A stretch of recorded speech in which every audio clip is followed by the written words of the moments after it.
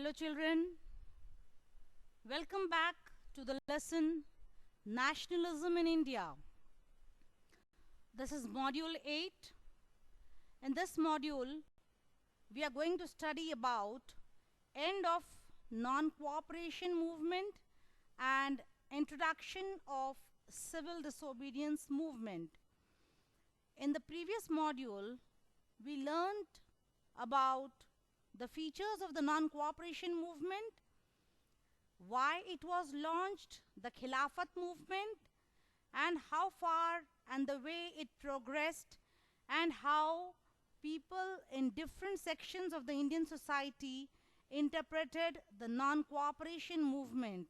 Swaraj in plantations, Swaraj in the tribal areas, Swaraj in the rural areas, non-cooperation in the urban areas.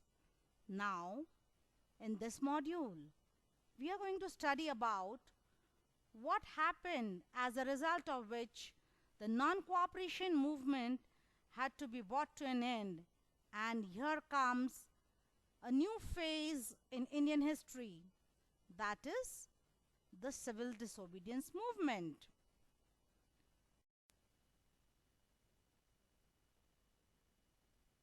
Children, civil disobedience movement means now that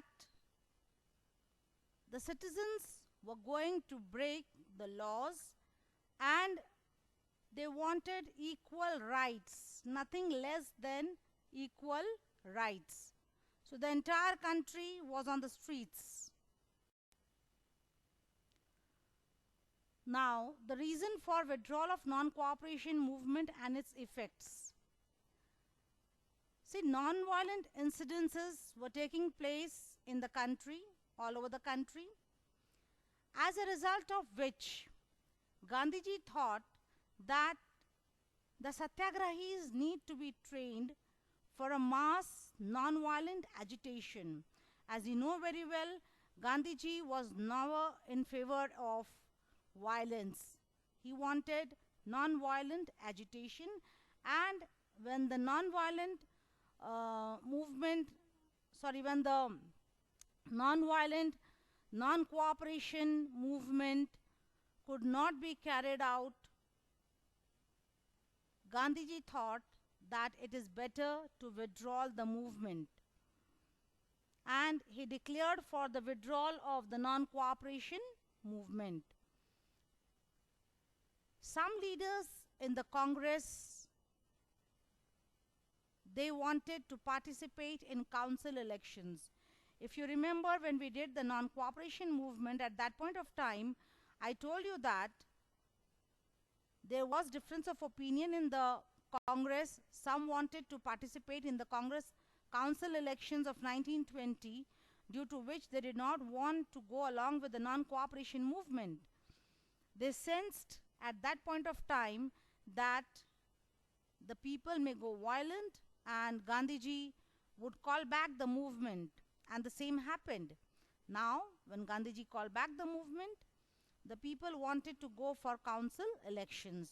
Now, who were these leaders? The moderate leaders like Motilal Nehru and others. They wanted for council elections and hoping that to stay under the British dominion and get some sort of freedom for the Indians. But there were leaders like vibrant leaders, you can say, like Jawaharlal Nehru and Subhash Chandra Bose, who emphasized for mass agitation, means they wanted complete independence and they wanted a mass movement to be carried out for it. Other than this, the conditions that were prevailing in the country was there was economic depression. Peasants found difficult to sell their produce and pay revenue. Country was in total turmoil when Gandhiji called off the non-cooperation movement. What next? Under such circumstances, the Simon Commission comes to India. Now, what is the Simon Commission? The Simon Commission was a group of 7 MPs from Britain who was sent to India to study in the Government of India Act 1919 and to give its report to the Crown that what changes could be made in the Government of India Act 1919. Not only that, and since the Indians were demanding for complete independence, for self-rule, then they wanted to know actually were the Indians capable of self-rule? Could power be bestowed on the Indians? How much? If yes, then how much?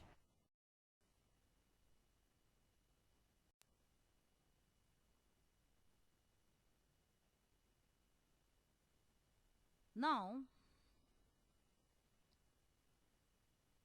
when the Simon Commission was not successful in India, Lord Irwin came up with a vague proposal of dominant status for India in an unspecified future.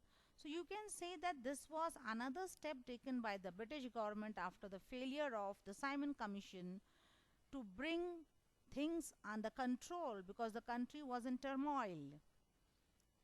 He also proposed for a roundtable conference so that a constitution for India could be discussed in England.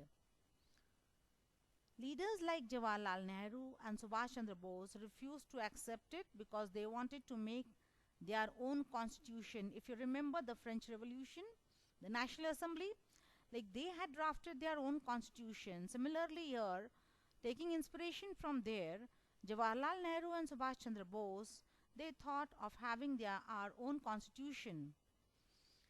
And hence in December 1929, under the presidency of Jawaharlal Nehru, the Congress formalized the demand for Purna Swaraj. It was declared that 26 January 1930 would be recognized as complete Independence Day. Gandhiji thought of introducing civil disobedience movement to give a shape to the idea of the Congress. That means he wanted to support Jawaharlal Nehru, and for that he thought that some movement has to be started so that the Britishers agree for a constitution for Purna Swaraj. Now, Gandhiji kept before Lord Irwin these 11 demands, saying that either you fulfill these 11 demands of the Indians or we will go for civil disobedience movement. Children, these demands are not mentioned in detail in your textbook. But why I am showing you here, you should know what were these demands so that you understand the civil disobedience movement very nicely. You need not mug it, but you should know what these demands were. So the demand says prohibit intoxicants, liquor, change the exchange ratio between the rupee and the sterling, reduce the rate of land revenue, abolition of salt tax, reduce the military expenditure, reduce expenditure on civil administration, impose custom duty on foreign cloth, and so on.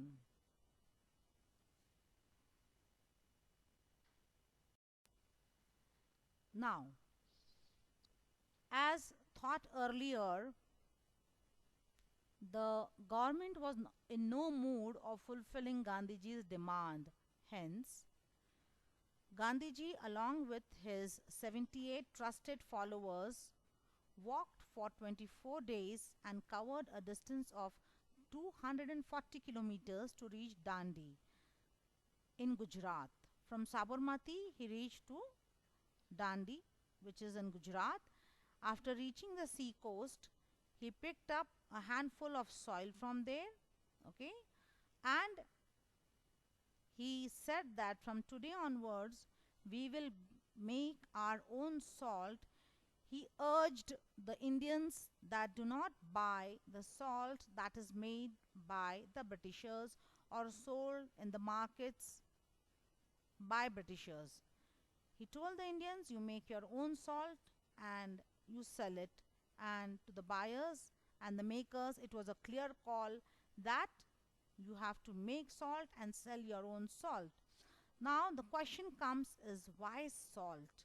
Because salt is a commodity that is used in each and every kitchen, be it a Hindu, a Muslim, a Sikh, whatever. Everybody needs salt, and salt is a very important item of your kitchen. So everybody could correlate themselves with the salt march. Next, what were the people supposed to do? People boycotted foreign clothes, liquor shops picketed, peasants refused to pay revenue and chowkidari taxes, officials resigned in many places, forest laws were violated, people went into the forest to collect forest products and graze animals.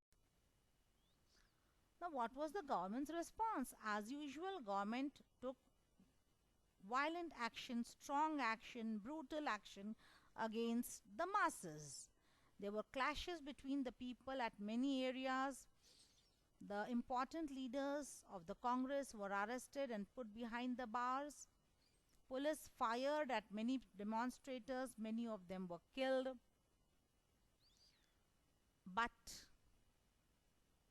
let me tell you here, the movement did not go violent. It was one small incident which took place in Chauri Chaura, where a mob lit fire to a police station, and also in Sholapur, when Gandhiji was arrested, industrial workers in Sholapur attacked police stations, post offices and banks because Gandhiji was held in high esteem and their leader was arrested. So how could the people keep their patience? It was like the testing of their patience. So there was some violence. Now, how did Gandhiji respond to the situation? Gandhiji, as you know, never in favor of violence. So when he heard about the violent incidences taking place around the country, he declared the calling back of the civil disobedience movement and entered into a pact with Irwin on 5th March 1931. He demanded for release of political prisoners in England and in India, and he agreed to go to England to attend the round table conference to be held over there. He went to England but came back empty-handed after 1 year. Why? Because it seemed as if the Britishers were no mood of conferring independence to India. And when he came back to India, he saw that important leaders of the Congress were put behind the bar. The Congress itself was declared as an illegal organization. There were restrictions put on the meetings, demonstrations. Now here Gandhiji thought of, relaunching the civil disobedience movement, but alas, could not find sufficient support. Why? Let's understand.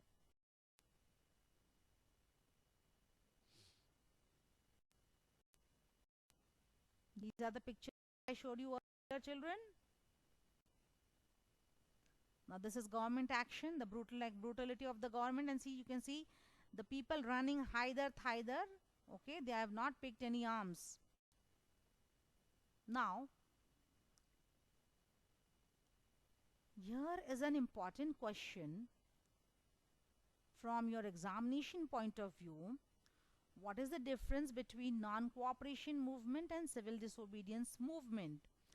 So this is the difference between the non-cooperation and civil disobedience movement.